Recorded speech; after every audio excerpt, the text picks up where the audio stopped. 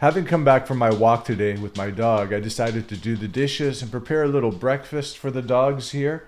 The one doesn't like to go on walks. The other one, she's all about going on walks. When I came back, I decided to do a little cleaning up around the house, prepare a little small breakfast for these guys, and prepare for myself a cup of tea. And then I get this notification on my phone. So I'm thinking to myself, it's probably my sister, somebody texting me, somebody wants to get a hold of me about something. I walk over to my phone, look at my phone, and it's a Bible app. It's a Bible app that I had downloaded back in 2018 when I was going through my second spiritual awakening, and I was having so many revelation after revelation of the Bible and whatnot unfolding in me. I decided to download a Bible app and, from time to time, look at it and compare my dream experiences with where it can be found in the Bible and whatnot. This morning it goes off, and I haven't used this app in a long time, ages. I used to read it sometimes when I got up in the morning, sometimes before I went to bed. And when you use these apps, and I guess the algorithm attached to them, when you use these apps, they think that you are constantly using them, and they send you notifications. But when you stop using them, they think they either been deleted or that you don't frequent the apps the way you used to, so they don't send you notifications. For some strange reason, and there's no such thing as coincidences, it went off today. And I decided to take a look at it and see, okay, what's going on with it? It usually gives me a Bible verse of the day. So I knew that, when I looked at it, that it was a Bible verse. And I looked at this Bible verse, and it's from Proverbs chapter 18, verse 21. Death and life are in the power of the tongue, and they that love it shall eat the fruit thereof. Now, I'm familiar with James and what James has to say about the tongue, and I started thinking upon this verse. Death and life are in the power of the tongue. And it goes back to the law, to Moses. The word is nigh thee. Deuteronomy chapter 30, verse 14. But the word is very nigh unto thee, in thy mouth and in thy heart, that thou may doest. And Proverbs basically says the same thing. More or less, it says that death and life are in the power of the tongue, and they that love it shall eat the fruit thereof. I got to thinking about this verse, and I started thinking, creating the life that you want, and how we use our words, and how we speak, and how we talk to one another, and how we consider one another. In the world, there isn't much considering of one another unless they are close to us, in friends or relationship, family members, or close employees or whatnot. Other than that, we are considerate to a degree, but the moment that we are put off by somebody, we start judging, we start condemning, we start fighting. That is the sleepwalk. That is the amnesia. If we learned to just let things go, doesn't matter who's right or wrong, just let things go and speak in a way that benefits not only ourselves but others, then there is nothing that we can't accomplish.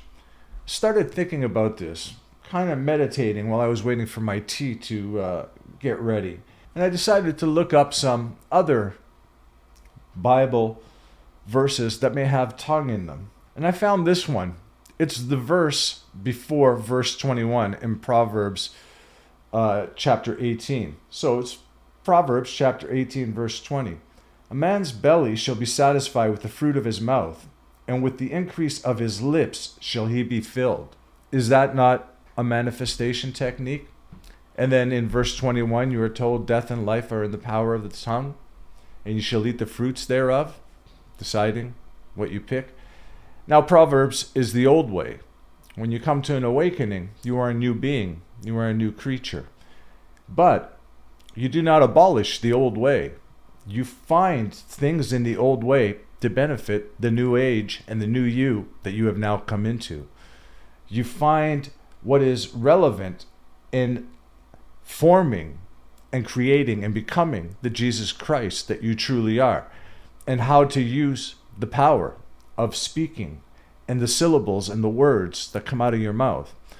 Not only just to be at peace with yourself and not to be someone who, I don't know, foolishly jumps into things without considering what they are saying. This verse in chapter 20 gives you one of the greatest examples of how to use the creative power and what the creative power can do for you. This creative power is Jesus Christ. This is you in your awakening, no longer part of the old world, no part of the old man, old woman, no part of that old mindset, that sleepwalk that you were going through in the world, experiencing yourself, till you came to this moment of identifying with the one true and only power that is you. The greater you that you are than the you that you were in the world. But as I said, you do not abolish the old stuff. You look into the old stuff, because the old stuff has strong drink in there for you and meat to help you grow and to help you become the Jesus Christ that you truly are, to help you recognize the Spirit of God in you that you are, and the transformation from the old self into the new self, and the new age, and the new you. And you can go back and discover what you see in your awakening now, what is taking place within you, can be found everywhere in the Old Testament. That's why I say you do not abolish it. You look into it, because there are things there that will help you develop yourself and create the life that you want for yourself. So when you put something out there and you're waiting for that seed to sprout and produce the fruit of what you have already planted out there, the revelation of it and coming into fruition and discovering it is what verse 20 is all about. And because I wasn't prepared for this, I'm going to have to go back into verse 20. A man's belly shall be satisfied with the fruit of his mouth. Fruit is always something good, nourishing, to help you grow, to help you satisfy hunger and whatnot. But fruit is always a benefit to you. Used this way in this context in the Bible and in these parables and allegories, if fruit is good, fruit is very, very good. And it says here, shall be satisfied with the fruit of his mouth. Therefore, you speak things into existence. And you also use that same speaking and the tongue and the language that you have to also create a very horrible outcome for yourself. Not only yourself, but those around you that you may have conflict of interest with. If we didn't have these conflicts of interest and we strictly were satisfied by the fruit of our mouth, we would be able to produce whatever we wanted. And the revelation of it would almost be instantaneous, automatic. This is how to manifest. This is how to use the creative power. Now, when I say this is how to use the creative power, I know a lot of people are on board with creating a financial outcome for themselves. One that is an accomplishment and a satisfaction to the life that they want to live and to the things that they want to have in their life. However, this is also meant to be used to be kind and respectful to others. It is also meant to be used to help others heal. If you can use your mouth to set an intention into becoming a fruition, then there is no reason why you cannot do the same thing for someone else. You've heard it all in the law of attraction circles everywhere else: imagination, visualization, repetition of certain mantras and phrases and whatnot, and capturing the feeling. And in all honesty, like from myself, and I'm not saying that this is you, because it's a very long, hard, difficult road, and I don't know if you want to go down that road. I've had many occasions where I wanted to give up, but if you do go down that road to becoming very good at creating the life that you want for yourself and having things as you see them or speak them or imagine them come into your life. I mean, if you want to go down that road with all of the gurus and the guides and what they're telling you, that's fine. Those are training wheels till you get to the point where, okay, they served you for a period of time. Now you can just speak it. You could just think it. It takes less than 5 seconds. And know that regardless of time or sequence of time, you are going to get exactly what you wanted. And again, that is to stay strong and stay faithful that you can actually do this, because you are the creative power you are looking for. You are the manifesting genius that you are trying to become. And if you want to go down that road with all the feelings and all the imagination and all the visualization and all that stuff, that's fine. Go down that road. Spend months and months and months training yourselves through capturing the feeling, through imagination, through visualization. But I'm telling you that you will all come to a point where it is just going to be second nature. It is going to be natural, and you don't have to capture any feeling whatsoever. But you'll also have to be very aware, and you will be, and you have to be very aware that when doubt creeps in, for it will, and try to fool you and trick you, that you don't buy into it. You don't give into it. But I think one of the greatest examples, as I said, is this Proverbs verse 20, because it really gives you all the answers to succeeding in creating the life that you want for yourself. You know, a man's belly, man here, again, you know, we got such a masculine context in the Bible, and it's all about patriarchy and nonsense. But man here implies both man and woman. So a person's belly shall be satisfied with the fruit of their mouth, and with the increase of their lips shall he be filled.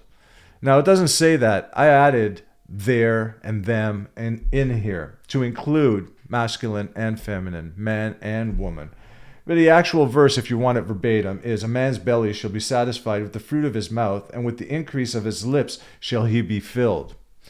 The increase of his lips is speaking positively, not harboring any resentment towards anything or anyone, not judging by appearances, not having a prejudicial bone in your body, speaking truth and speaking it from a place of love and kindness and compassion, and doing unto others as you wish done unto yourself. That is the whole secret to life. I was going to stop and say that is the whole secret to creating the life that you want. But in all honesty, that is the whole secret to life. Don't judge people. Don't condemn others. If you have a disagreement or a dispute with someone, move on. Don't spend time trying to prove to them that you are right, or that listening to them try and tell you that they're in the right. Who cares? Move on.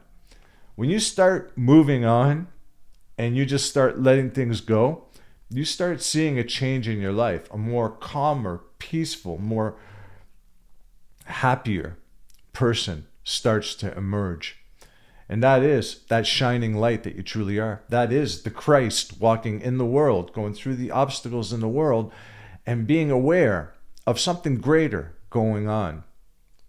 That Christ of God walking in the world, humanity itself every day walking about, looking for the Jesus Christ that they truly are, and coming into it through the experience of the world into an awakening and becoming the Jesus Christ that they are, and creating for themselves through the creative power of this understanding and this discovery of the God within you, the divine light that you truly are, the immortal you that can call into existence anything that you want. You start using that creative power and with these references in the beginning as guides and spiritual guides for you, you start developing your divine self. Although you are in the world, you're not of the world. And you recognize this divine self, and this divine self is to help you have a more peaceful, more longer length of days, blessing of a life, and also to create the life that you want.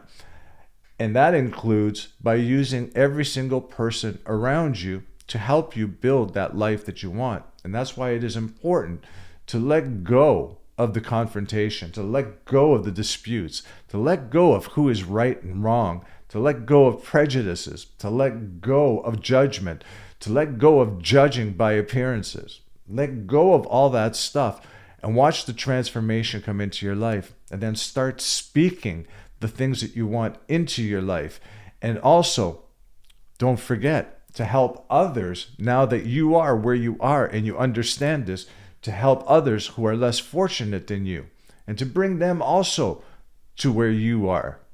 And then you will see that by doing this and by slowly adapting this into your life and becoming comfortable with it, you will no longer need to chant mantras. You will no longer need to capture the feeling. You will no longer need to visualize. You will no longer need to fall asleep in the assumption of having what you want, because you will be able, Proverbs 18:20, and I'm going to include both male and female when I say this now, a person's belly shall be satisfied with the fruit of their mouth, and with the increase of their lips shall they be filled.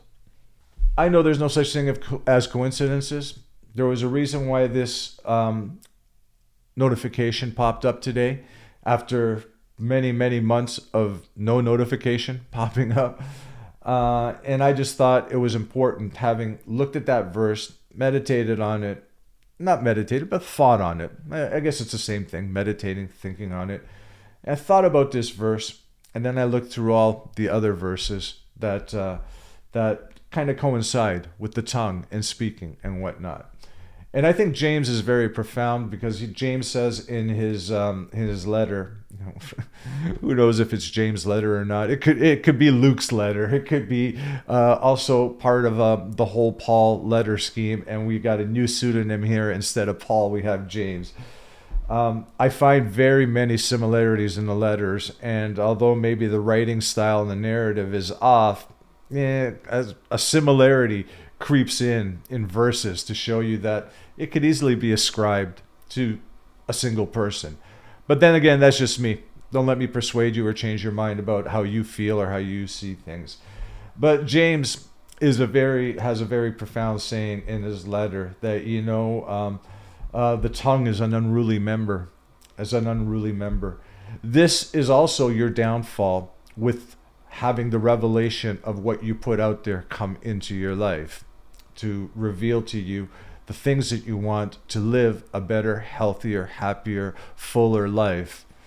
That, in the beginning stages, when you're learning and when you're coming into your awakening, more often than not, you'll want to throw your hands up in the air and you'll say all sorts of foolish things, all sorts of crazy things, all sorts of why this is not happening for you. Why is it happening for someone else? Again, you're judging. You're looking at other people. Forget about looking around and just look at yourself. Don't turn back. Why do you want to be a pillar of salt? Don't turn back. Think about yourself. But it's easier said than done, because with this monster, the internet here, we have very many people who sometimes falsify their testimony of achieving the things they have and lead people astray into thinking that they are greater than themselves.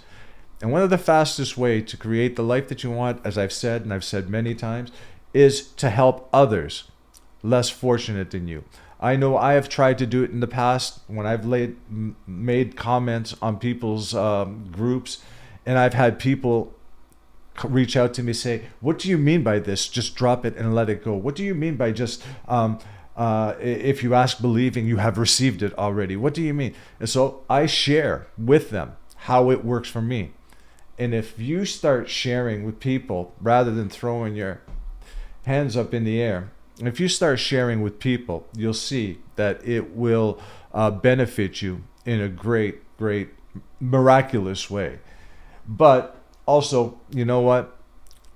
Don't look back and don't look around at everyone else. Concentrate on yourself and always think kindly of people. Don't judge what you see in the comments, and don't judge what your friends tell you about what they have created.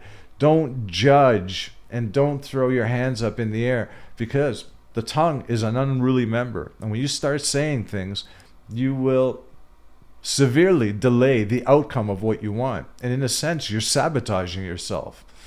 I know, because I have done it. A lot of these things that I'm sharing with you, I have experienced. I have experienced cursing and yelling and screaming and throwing my hands up in the air, and also pointing the finger and saying, that person's a liar, a liar. It doesn't happen that way. It doesn't happen that way.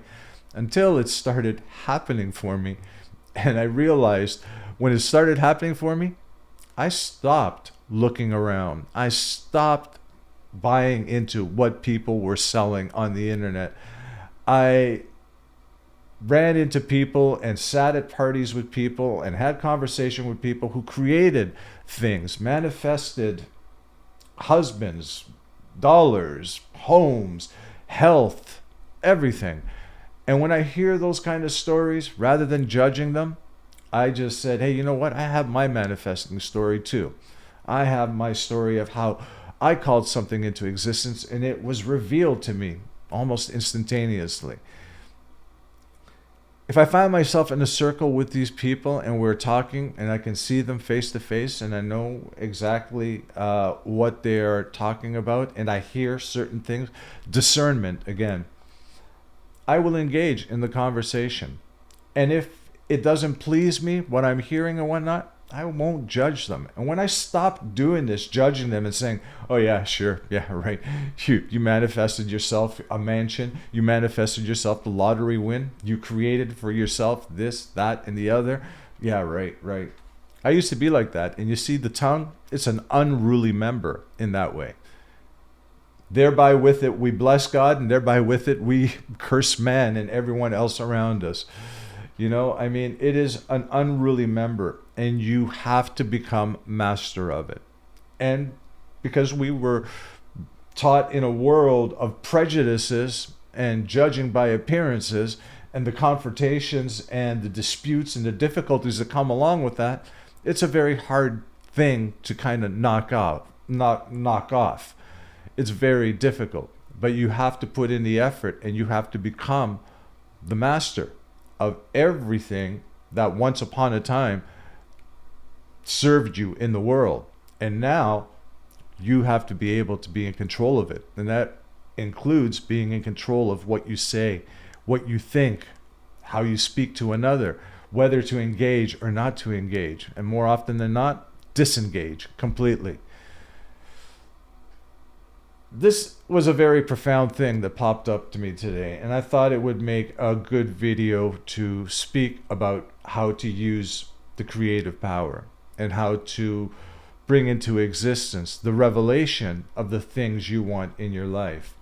And I can't stress this enough, that it is important to guard yourself, especially with the way you think and the things that come out of your mouth, and use the power of the tongue and the mouth to help others. Forgiveness, to not judge, to not fight, to not argue, and more than anything, use the power, the creative power of the tongue. You are the master of the tongue. The tongue is not the master of you. Although in the world of sleep and amnesia, the tongue rules everything. The tongue rules everything, and it is a great, great evil. But when you come to an awakening, use the power of the tongue. It is a gift. It is a gift to be able to call something into existence. It is a gift to be able to share healing words with another who needs to hear them. It is a gift to give unto another who is less fortunate than you a similar kind of fortunate happiness that happened to you, to them also. By doing unto others as you wish done unto yourself, and using the power of the tongue to create the life that you want, coming into your spiritual awakening and walking through your spiritual awakening, you will create the most amazing life for yourself. It will be blessed, and it will be filled with glorious, glorious endless moments of having fun with the creative power and creating not only for yourself the things that you want in your life, but watching it change another person's life so that they too can have the things that they don't have in their life slowly come into their life. This is Nick. This is Tea Talk. I'll see you guys next time.